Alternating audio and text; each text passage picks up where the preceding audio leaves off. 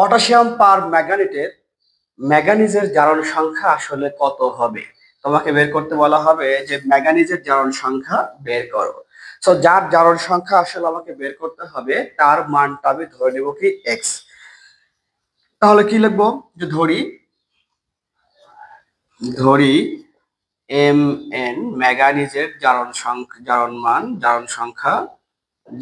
সংখ্যা এক্স।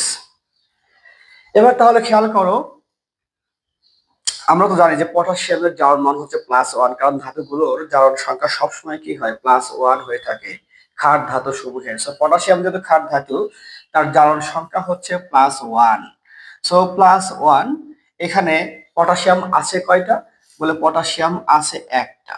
ওকে, এর কাজ শেষ। এরপরে আমরা দিব হচ্ছে প্লাস। প্রত্যেকটা মৌলের জারণ সংখ্যা লেখার পরে তারপর প্লাস দিব। এবার দেখো তো, ম্যাঙ্গানিজের জারণ সংখ্যা আমাকে বের করতে হবে। আমি ম্যাঙ্গানিজের জারণ সংখ্যা কি ধরছি বলতো? এক্স। সো জারণ সংখ্যাকে আমি লিখলাম এক্স। ম্যাঙ্গানিজ কয়টা আছে? বলে একটাই আছে। ওকে, তাহলে কি দিব? 1। এরপরে দেখো যে অক্সিজেন। অক্সিজেন কিন্তু ধাতু, সরি অধাতু। অক্সিজেন যদি অধাতু হয় তার জারণ সংখ্যার সামনে কি হবে বলতো? মাইনাস। অক্সিজেনের যোজনী যেহেতু 2, তাহলে এর কি হবে? -2। বলে অক্সিজেন আছে কয়টা? 4টা। সো 4। এটা সমান সমান লেখা যায় হচ্ছে 0, কারণ জারণ সংখ্যা আমরা জানি যে নিরপেক্ষ অণু হোক, পরমাণু হোক অথবা যৌগ হোক, তার জারণ সংখ্যা কি হয়? 0 হয়।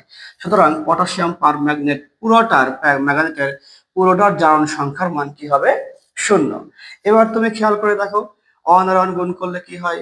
+1 + x -4 দ্বিগুণে 8 = 0। বা এখানে বিয়োগ করো যে x = কত হয়? -7 = 0।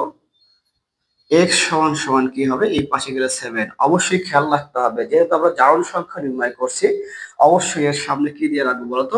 প্লাস। এবার তাহলে খেয়াল করো যে পটাশিয়াম পার ম্যাঙ্গানিজের জারণ মান হচ্ছে 7। অনেক সহজ না?